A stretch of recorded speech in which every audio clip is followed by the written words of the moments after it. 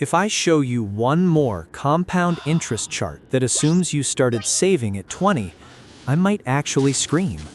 You know the narrative, right? The financial industrial complex loves to gaslight you with it. They tell you that if you didn't max out your Roth IRA while you were a broke college student, you've already lost the game.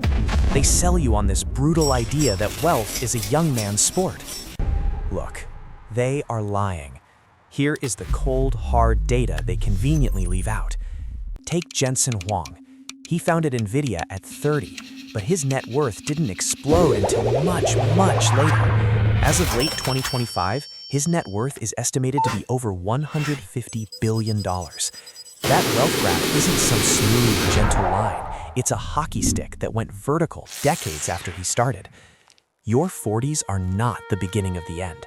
According to researchers from MIT and the Bureau of Labor Statistics, your 40s are statistically the start of your peak wealth velocity. Welcome back to the Fiscal Axiom. Today, I'm going to prove, using 2025 economic data and cognitive psychology, that the midlife crisis is actually a midlife opportunity. We are going to debunk the start early obsession and replace it with a much more powerful strategy, the scale-heavy strategy. Let's start with the hardware, your brain. There's this massive misconception that your cognitive ability just falls off a cliff the moment you find your first gray hair. That is biologically false. You're just operating on a different and honestly a more advanced operating system. Psychologists talk about two kinds of intelligence, fluid intelligence and crystallized intelligence. Fluid intelligence is that raw processing speed. It's what a 22-year-old coder uses to pull an all-nighter. And yes, that peaks in your 20s. But crystallized intelligence, that's your secret weapon. It's your ability to use patterns, experience, and synthesized knowledge to make incredibly complex decisions. And that doesn't peak until your late 40s and 50s. Don't believe me? Look at this study from MIT and the National Bureau of Economic Research. They analyzed 2.7 million startup founders. The myth is that the best founders are college dropouts in hoodies. The reality? The average age of a founder of one of the fastest growing startups in the US is 45 years old. Why? Because building wealth isn't about how fast you can run a sprint. It's about knowing which wall to put the ladder against to get over it. A 25-year-old has energy, but a 45-year-old has leverage. You have what I call the pattern match. You've seen enough brutal business cycles to know that when some new asset class doubles in a month, it's not a new paradigm. It's a bubble waiting to explode. That wisdom saves you from the stupid tax that completely wipes out younger, more naive investors. In fact, multiple studies have shown that our financial decision-making ability, literally the metric of how few money mistakes you make, peaks at exactly age 53 or 54. So biologically, you are just now entering your prime. But that's just the psychology. Now, let's look at the money, because this is where the math gets absolutely wild. Financial gurus are obsessed with the x-axis of the wealth graph, time. They scream at you, time in the market beats timing the market.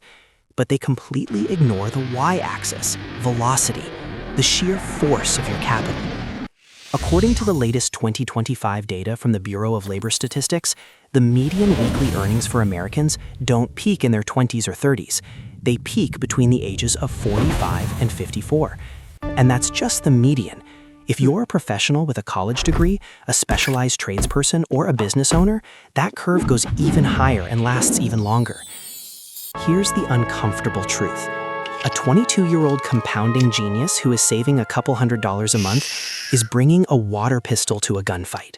You, at 40, have the ability to bring a bazooka. Let's run a simulation. I call this the Sledgehammer versus the Snowball. Meet Justin. He's 25. He's smart, he listens to all the podcasts, and he invests $500 a month religiously. He does this for 15 straight years. By the time he's 40, assuming a 7% return, he has about $158,000. That's impressive. He has a head start. Now, meet you. You're 40. You have zero invested. You spent your 20s figuring out a career, and your 30s paying for a wedding, a mortgage, and diapers. You feel like a total failure. But because you have career capital, that crystallized intelligence we talked about, you aren't making entry-level wages anymore. you're a senior manager, a consultant, a master plumber. You decide it's time to get serious.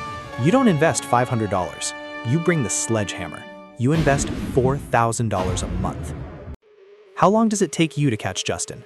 5 years? 10? It takes you less than 4 years. In under 4 years, you will have more cash invested than he accumulated in 15. By age 60, if Justin keeps his pace, he ends up with around $900,000. Not bad, but you, starting 15 years late, but hitting it with the sledgehammer of a high income, you end up with over $2.1 million. Math doesn't care about your age. Math cares about volume. The compound interest narrative is designed to make you feel trapped and helpless if you miss the starting gun. But in the world of finance, capital velocity can crush time horizon, if the gap is wide enough. Now, you might be sitting there thinking, wait, I don't have $4,000 a month just lying around to throw into the market. And that's a fair critique. But here is the nuance the gurus miss. It's not about the specific dollar amount. It's about the ratio of impact. At 25, you are lucky if you can save $500 after rent and student loans. But at 40, your career capital, all those years of specialized knowledge and high-level problem solving, gives you the power to widen your margins. Whether your sledgehammer is $1,000 or $5,000, your ability to generate a massive surplus at this stage is fundamentally higher because you've moved past the survival phase of your career. You aren't just saving anymore, you are deploying firepower. This is the income J-curve. In your 20s, you have all the time but no money. In your 40s, you have less time, but you have the firepower. But there is a trap here. A massive, brutal trap that destroys 90% of 40-somethings before they can ever use this strategy. It's called the earning-burning gap. See, most people in their 40s do make more money, but they also buy the boat, they lease the bigger SUV, they upgrade the kitchen to impress people they don't even like. They let their lifestyle inflate right alongside their income. If you can create a gap between what you earn and what you spend, if you can live like you earn $80K while you're actually earning $180K, you create a surplus of cash that acts like rocket fuel. This isn't about skipping lattes. This is about structural freedom. And there is one more asset class you have at 40 that a 20-year-old can't buy, no matter how much crypto they own. It's the reason Warren Buffett didn't make 99% of his wealth until after his 50th birthday. It's called professional leverage, and it's the secret weapon of part 3. When you are 25, you are trading your time for money. You're a commodity. If you quit, your boss can replace you in 48 hours with another hungry graduate. But by the time you hit 40, if you've played your cards right, you stop trading time. You start trading trust. I call this Rolodex equity. In your 20s, networking is just awkwardly drinking cheap wine at a mixer. In your 40s, networking is, I have a massive supply chain disaster, and you knowing exactly who to call to fix it. This is why a 45-year-old can launch a consulting side hustle and land a $10,000 contract with a single email, while a 25-year-old is fighting for scraps on Upwork for $15 an hour. You aren't getting paid for the hour of work. You're getting paid for the 20 years it took you to know what work to do in that hour. Look at Ray Kroc. He was slinging milkshake mixers until he was 52, but he had spent decades inside the restaurant industry. He knew the pain points.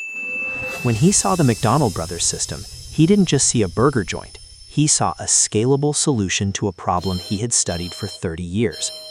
He leveraged his industry insight. That is an asset that is impossible to download. This leads to the idea of asymmetric bets. Young investors take dumb risks. They chase meme stocks. They gamble. The 40-year-old investor takes calculated risks. You know your industry cold. You know which new technology is hype and which one is a genuine threat. Peter Lynch, the legendary fund manager, called this investing in what you know. If you're a 45-year-old construction manager, you have an unfair advantage analyzing real estate or lumber futures. That information edge, that is your alpha. That is where your wealth can truly explode. So, we've established it. You have the brain, your crystallized intelligence. You have the cash flow, your peak earnings. And you have the leverage, your professional network. You are holding a royal flush. But there is one way, and really only one way, You can still lose this hand. It's not a market crash. It's not inflation. It is the unforced error. The only thing that stops a 40-year-old from becoming a millionaire is a lack of defense. When you're young, you are so susceptible to the financial virus called FOMO, fear of missing out. You see your friend make 10 grand on some lucky trade, and your brain just short-circuits.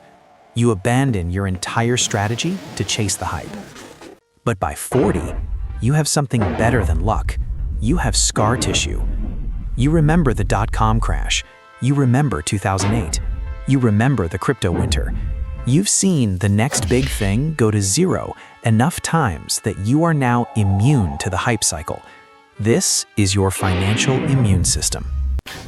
In investing, there's a concept called winning the loser's game.